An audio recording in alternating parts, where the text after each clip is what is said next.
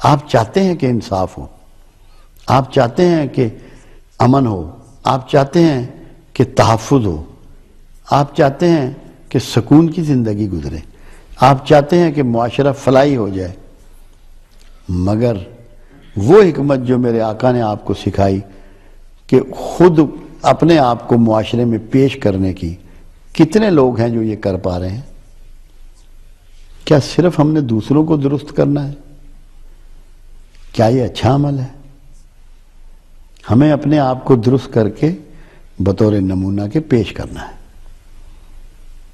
تو یہ صرف ایک جملے میں میرے آقا نے یہ سکھا دیا، یہ سمجھا دیا کہ میں نے ایک عمر تمہارے درمیان گزاری ہے، اگر کوئی نقص ہے، کوئی خامی ہے تو مجھے بتاؤ۔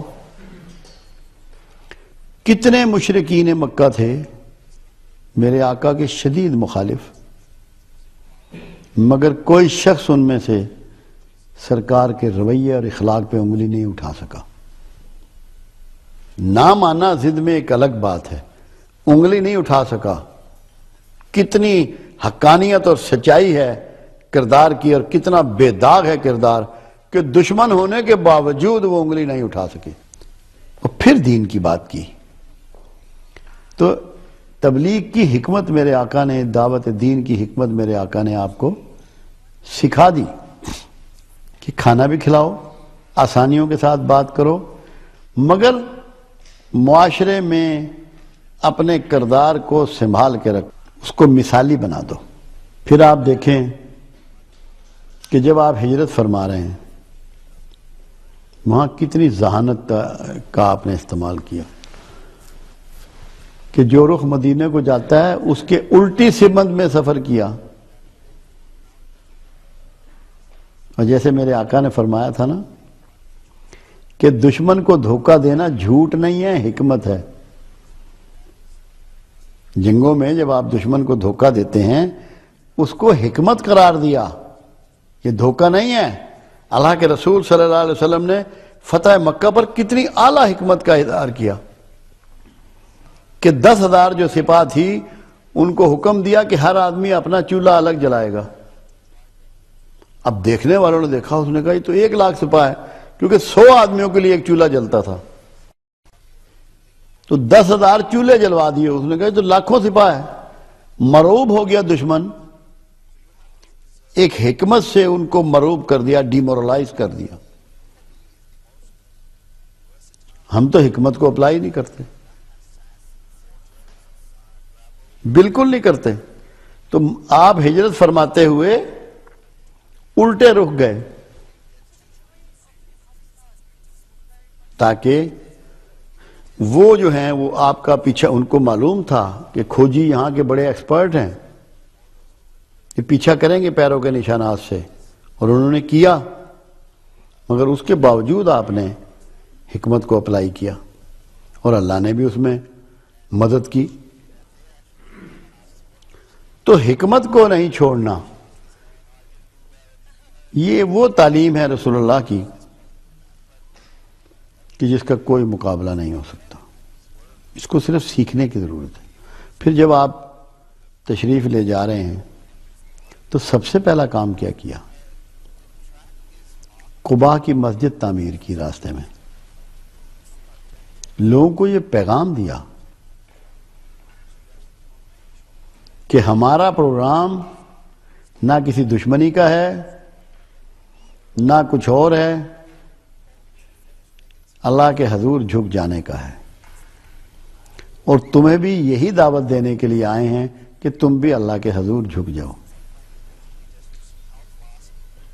مسجد تعمیر کی، کوئی دفتر نہیں بنایا، کوئی گھر نہیں بنایا۔ مدینہ جہاں سے شروع ہوا وہ قباء ہے، اب تو اس سے بھی آگے نکل گیا ہے۔ تو سب سے پہلا کام جو ایک پیغمبر کا کام تھا کہ عبادت گاہ تعمیر کی،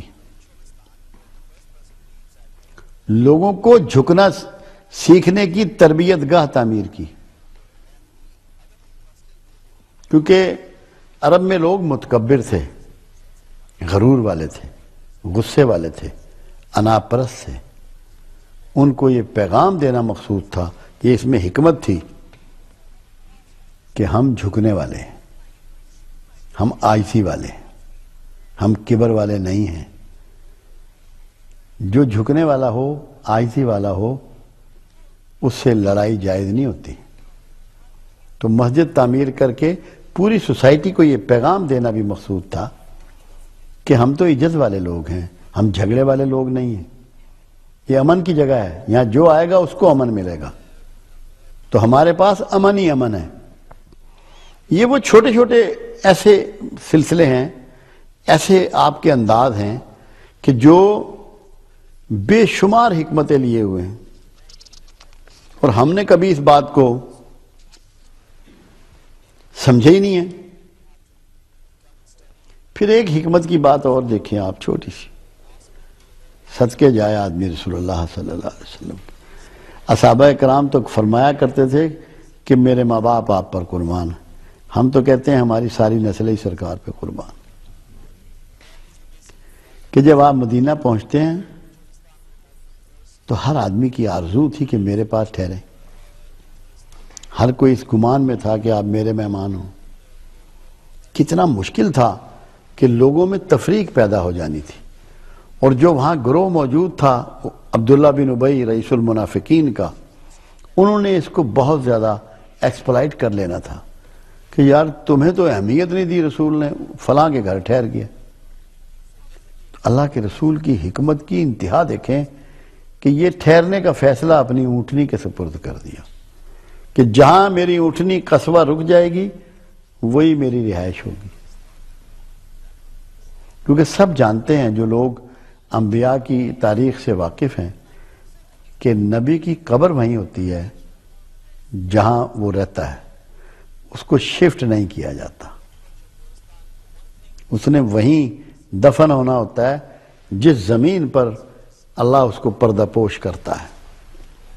تو اونٹنی جہاں ٹھہری وہی آج آپ کا مرکز ہے، وہی مسجد نبوی ہے، اور اسی جگہ عائشہ صدیقہ رضی اللہ تعالیٰ عنہ کا حجرہ تھا جس میں آپ مدفون ہوئے. تو فیصلہ کس پہ چھوڑ دیا؟ ایک جانور پہ، تاکہ کوئی بھی اس ایکسپلائٹیشن کو آگے نہ بڑھا سکے کہ اس کو پسند کیا اس کو ناپسند کیا. کیونکہ جس کے پاس بھی آپ ٹھہرتے یقیناً معاشرے میں اس کو زیادہ توقیر مل جاتی، وہ زیادہ اہمیت کا حامل ہو جاتا. اللہ کے رسول صلی اللہ علیہ وسلم نے کمال حکمت سے، اور سٹپٹا گئے یہود اور وہ لوگ جو منافقین تھے کہ کیا فیصلہ کیا ہے رسول اللہ نے کہ ایک جانور پہ فیصلہ چھوڑ دیا. اور کمال ہے اس اونٹنی کا بھی کہ آج وہی روضہ رسول ہے اور وہی مسجد نبوی ہے. سب کی لیے رحمتوں اور بخشش کا سامان وہاں ہے. تو وہ فیصلہ ایک جانور پہ چھوڑ دیا، اپنی اونٹنی پہ چھوڑ دیا. یہ کتنی بڑی حکمت اور دانائی تھی.